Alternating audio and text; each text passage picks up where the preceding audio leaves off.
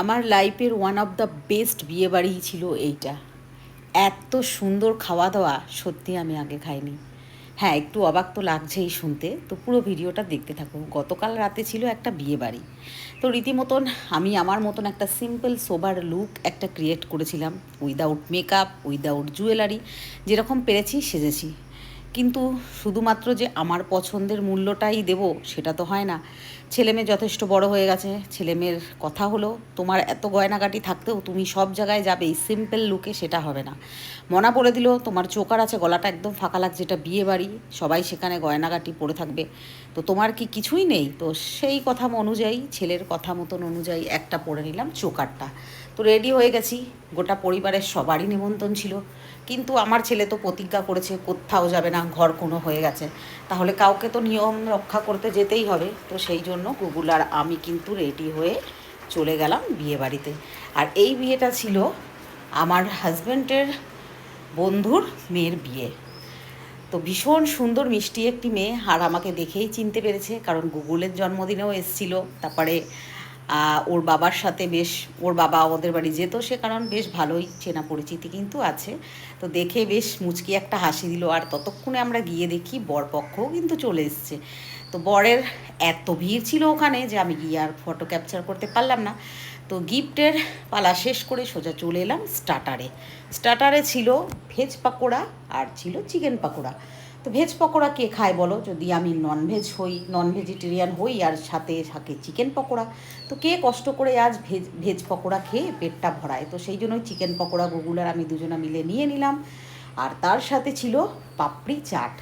তো পাপড়ি চাট গুগলকে জিজ্ঞেস করলাম যে খাবি, ও বললো না মা খাবো না। আর আমি তো পাপড়ি ফুচকা এই সমস্ত তো আমার পাল্লা পড়েই না, আমি এগুলো কখনোই পছন্দ করি না। তো সবাই খাচ্ছিল তাই তোমাদের একটু দেখিয়ে দিলাম। তবে দেখতে তো বেশ সুন্দরই লাগছিলো, ডেকোরেট বেশ সুন্দর করা ছিল, আর বেশ খানিকটা ভিড়ও ছিল ওখানে। আর ছিল কফি স্টল। তো কফি টফি আমি ওইসব খেয়ে কিন্তু আজকে একদম পেট ভরাতে চাই না, কারণ বহুদিন বাদে আমি একটা বিয়েবাড়ি অ্যাটেন্ড করতে চলেছি, তাও আবার এই ডায়েটের পরে।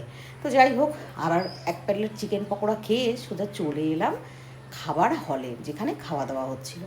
তো গিয়ে দেখছি এই পকোড়া খাওয়ার চক্করে প্রথমে দেখে গেলাম একটু ফাঁকা আছে, তারপরে এসে দেখছি পুরো ফুল, লোক খাওয়া দাওয়া শুরু করে দিয়েছে। আর প্রায় মনে হয় অনেক লোকেরই অ্যারেঞ্জমেন্ট ছিল, এত বড় ব্যাঙ্কোয়েট হলটা পুরো ফুল। মানে অনেক অনেক লোক একসাথে মোটামুটি 80 জন করে মনে হয় একবারে বসতে পারছিল। তার সত্ত্বেও কিন্তু দেখলাম যে প্রচুর ভিড়, সবাই দাঁড়িয়ে আছে। তারপরে যখন বরযাত্রী এসে গেছে তো ওনারাও খাবে, স্বাভাবিক এটা। তারপরে অনেকক্ষণ দাঁড়িয়ে থাকার পরে গুগল আর আমি সিট পেলাম। সিট পাওয়া মাত্রই একদম সেই যারা খাচ্ছিল তাদের পিছনে দাঁড়িয়ে থেকে সিট দখল করার প্রথাটা তো এখনও চলে আসছে, তো সেই জন্য একটা সিট দখল করে নিলাম। আর এই দেখো মেনু কার্ড, দেখে নিও তোমরা, ভালো করে পড়ে নিও একটুখানি পজ করে। তো এখনকার তো এটা সিস্টেম যে একদম খামের ভেতরে চিঠির মতন টেবিল থেকে, খামের ভেতর থেকে বেরিয়ে আসবে একটা সাদা ধবধবে প্লেট। তো অ্যাজ ইউজুয়াল ক্যাটারিং আলারা তো সেটা করবেই, তো দিয়ে দিল। তারপরে পড়ে গেল পাতের স্যালাড। আর এটা কি জানো, এটা ছিল ফিশ সাটে, মানে ভেটকি মাছের ফিশ সাটে। আমার একটু উচ্চারণের প্রবলেম হয় যে একটু স্টাইলিশভাবে বলছি, তো আসলে এইটা আমার জীবনের খাওয়া একটা প্রথম সাটে ছিল, যেটা কিন্তু ফিশ, তাও আবার চিকেন সাটে তো আমি ওই কিনে খেয়েছি, কোনো অনুষ্ঠান বাড়িতে আমি খাইনি। তো যাই হোক, ফিশ সাটেটা এত সুন্দর ছিল যে আবার কিন্তু একটা অর্ডার দিয়ে গেছে, আর উনি সেটা আনতে গেছে। তারপরেই তাতে পড়ে গেল বাটার নান, সাথে কিন্তু ছিল চানা মশলা। তো এত সুন্দর খেয়েছি আমি, তোমাদেরকে কি বলবো। এই দেখো আমার আরও একটা ফিশ সাটে চলে এলো। আর বিশ্বাস করো, আমি তো কোনো ক্যাটারিং প্রমোশনে যাইনি, তো যেটা বলবো অনেস্টলি বলবো, এই যে ফিশ সাটেটা একদম পিওর ভেটকি মাছ, একদম কোয়া ছাড়িয়ে যাওয়া সেই অথেন্টিক ভেটকি মাছের যে ফ্লেভার, সেই ফ্লেভার কিন্তু একদম খুলে খুলে আসছিল। সেই লোভ না সামলে পরে আমি একদম নিয়ে নিলাম আরও একটা। তো গুগলকে বললাম তুই নিবি, ও বললো হ্যাঁ নেবো। তো নিয়ে নিলাম।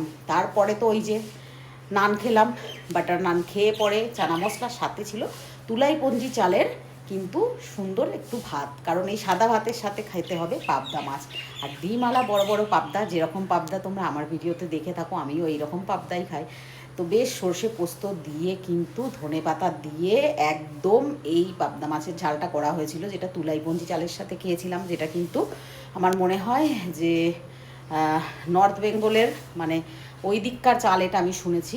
তো খেলাম পাবদা মাছের সাথে, খাওয়ার পরে চলে এলো এই যে পোলাও, এই পোলাওটা দেখলাম ফ্রায়েড রাইসটা একটু আলাদা টাইপের, যাতে একটু বিরিয়ানির মতন কালারিং কালারিং চালও দেওয়া আছে, সাথে তো সমস্ত ভেজিস আছেই, ফ্রায়েড রাইসই লেখা ছিল তো আমি ফ্রায়েড রাইসই বললাম। তো তার সাথে ছিল কিন্তু মাটন কষা, কত যুগ হয়ে গেছে আমি মাটন খাই না। তোমরা এইরকম একটা ভোক্কার মানুষের পাতে যদি এরকম সামনে ফ্রায়েড রাইস, পোলাও, তারপরে মাছ মাংস এগুলো থাকে, তো কে ভাই ডায়েটের কথা মাথায় রাখে? কেউ না। তো আমার একটা মেটেও পড়েছিল, কিন্তু দুঃখের বিষয়ে কোনো নাল্লি পিস ছিল না। দাদাকে বললাম, দাদা একটা নাল্লি পিস আমাকে দাও না। তো বললো, দিদি এইটা গামলাটায় নেই, পরের লটে আসবো তখন নিয়ে আসবো। আরে মজাক করছিলাম। তো এই দেখো একদম গ্রেভিতে তো একদম কায়দা মতন যত গ্রেভি ছিল, মাটনের থেকে বেশি গ্রেভি, সেটা আমার পাতে দিয়ে দিয়েছে। সমস্ত কিছু সাইড করে দিলাম, দিয়ে পরে আরও একবার যখন রিফিল করতে এলো তখন আরও 2 পিস মাটন নিলাম। নিয়ে পরে কিন্তু আমি ভাত মানে পোলাও দিয়ে মেখে মেখে মেখে মেখে খেলাম খুব সুন্দরভাবে। তারপরে দেখলাম এই এত আর আমি টানতে পারছি না, সাইড করে ফেলে দিলাম। ফেলে দেওয়ার পরে চলে এলো আনারসের চাটনি, সাথে বেশ গুঁড়ো গুঁড়ো গুঁড়ো গুঁড়ো পাঁপড়। তো সেগুলো খেলাম। খাওয়ার পরে চলে এলো মিষ্টি, ছিল ভাপা সন্দেশ। তো একটা আমি কমলাভোগ নিলাম, স্পঞ্জের মতন একদম সুন্দর। খেলাম, খেয়ে পরে সন্দেশটা নিলাম না, দেখিয়ে দিলাম। তারপরে মুখ শুদ্ধির জন্য ছিল আইসক্রিম, ছিল পাস পাস।